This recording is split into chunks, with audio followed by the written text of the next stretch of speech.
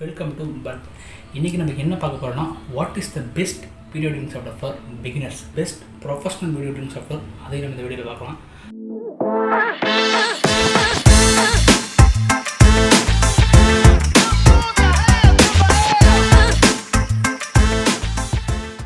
So இப்போ நம்ம என்ன பார்க்க போகிறோம்னா, எந்த வீடியோ எடிட்டிங் சாஃப்ட்வேர் ரொம்பவே ஈஸியாக யூஸ் அண்ட் ஃப்ரெண்ட்லியாக இருக்கும் அப்படின்னு பார்ப்போம். எல்லாருமே ஒரு பேசிக்கான ஒரு வீடியோ எடிட்டிங் சாஃப்ட்வேரில் பண்ணிட்டு தான் போயிருப்போம். நானும் ஒரு பேசிக்கான வீடியோ எடிட்டிங் சாஃப்ட்வேரில் இருந்து தான் ஆரம்பித்தேன். நான் இப்போ ஓரளவுக்கு ப்ரொஃபஷனலாக ஓரளவுக்கு வீடியோ எடிட்டிங் பண்ணுற அளவுக்கு எனக்கு தெரியுதுன்னா, நான் ஆரம்பித்தது ஒரு பேசிக் சாஃப்ட்வேர் தான் ஆரம்பிச்சிருக்கேன். ஸோ அந்த பேசிக் சாஃப்ட்வேர் என்னென்னா Wondershare அப்படின்னு பேர் வச்சுருக்காங்க. இப்போ Filmoraன்னு மாற்றிட்டாங்க.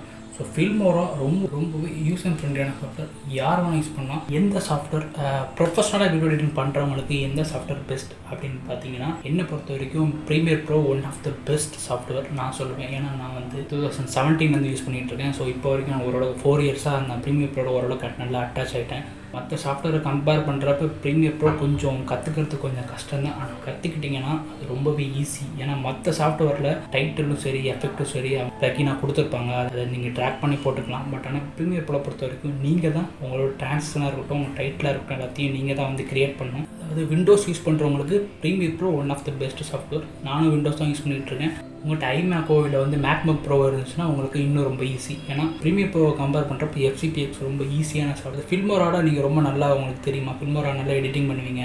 ஸோ இது அதுக்கடுத்து நீங்கள் எந்த எடிட்டிங் போனாலும் நீங்கள் மேக் வச்சுருந்தீங்கன்னா நீங்கள் தாராளமாக நீங்கள் FCPX ட்ரை பண்ணலாம். ஏன்னா FCPயும் Filmoraவும் ஒரே மாதிரி தான் இருக்கும். ரெண்டுத்துக்கும் பெருசாக ஒரு டிஃப்ரென்ஸ் கிடையாது.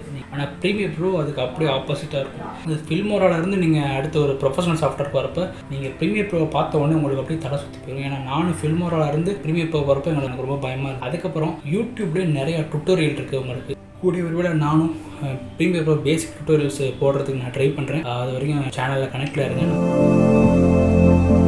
Filmora வச்சு நீங்கள் எடிட் பண்ணிங்கன்னா ஓரளவுக்கு தான் நீங்கள் உங்களோட வீடியோ ப்ரொஃபஷனலாக கொண்டு போக முடியும். இன்னும் ரொம்ப நல்லா ப்ரொஃபஷனலாக கொண்டு போகணும் அப்படின்னா ப்ரொஃபஷனல் சாஃப்ட்வேர் நீங்கள் கற்றுக்கிறது ரொம்பவே நல்லது. நான் கீழே Premiere Pro டிஸ்கிரிப்ஷன் போடுறேன், Filmora டிஸ்கிரிப்ஷன் போடுறேன். 7 days ட்ரையல் வெர்ஷன் கொடுத்துருப்பாங்க ஃப்ரீ. அதுக்கப்புறமேட்டு அது எக்ஸ்பயர் ஆகிடும். அது இல்லாமல் இந்த மாதிரி சாஃப்ட்வேர் டவுன்லோட் பண்ணுறதுக்கு சில சைட்ஸ் இருக்குது, ஃப்ரீ சைட்ஸ் இருக்குது. ஃப்ரீயாக சாஃப்ட்வேர் டவுன்லோட் பண்ணிக்கலாம். அதை நான் இங்கே மென்ஷன் பண்ண முடியாது. மென்ஷன் பண்ணால் என்னோடய வீடியோ பிளாக் பண்ணிடுவாங்க.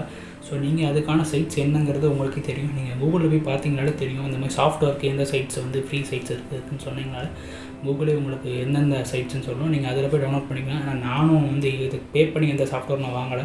கூகுளில் இருந்து ஃப்ரீயாக தான் அந்த சாஃப்ட்வேர் யூஸ் பண்ணிகிட்ருக்கேன். அது 2 இயர்ஸாக அந்த சாஃப்ட்வேர் தான் யூஸ் பண்ணிகிட்ருக்கேன். வீடியோ எடிட்டிங் கற்றுக்கணும், வீடியோ எடிட்டிங் நீங்கள் ப்ரொஃபஷனலாக போகணும் அப்படின்னு நினைக்கிறவங்க Wondershare Filmora ஒரு 2 வருஷம் யூஸ் பண்ணிங்கன்னா அதுக்கப்புறம் திருப்பி அதே யூஸ் பண்ணிவிட்டு அதிலே உட்காந்துருக்காதீங்க. ஏன்னா அது வந்து அவ்வளோதான். நீங்கள் அடுத்த லெவலுக்கு போகணுன்னா நீங்கள் ப்ரொஃபஷனல் சாஃப்ட்வேர் ட்ரை பண்ணுறது ரொம்ப நல்லது.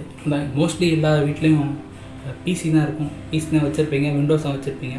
ஸோ அப்படி இருக்கிறப்ப நீங்கள் Premiere Pro கற்றுக்கிறது ரொம்பவே நல்லது. அடுத்த வீடியோவில் இந்த ஏரால வீடியோ எடிட்டர்ஸ்க்கு எவ்வளோ வேகன்சி இருக்குது அப்படிங்கிறத பற்றி அடுத்த வீடியோவில் பார்ப்போம்.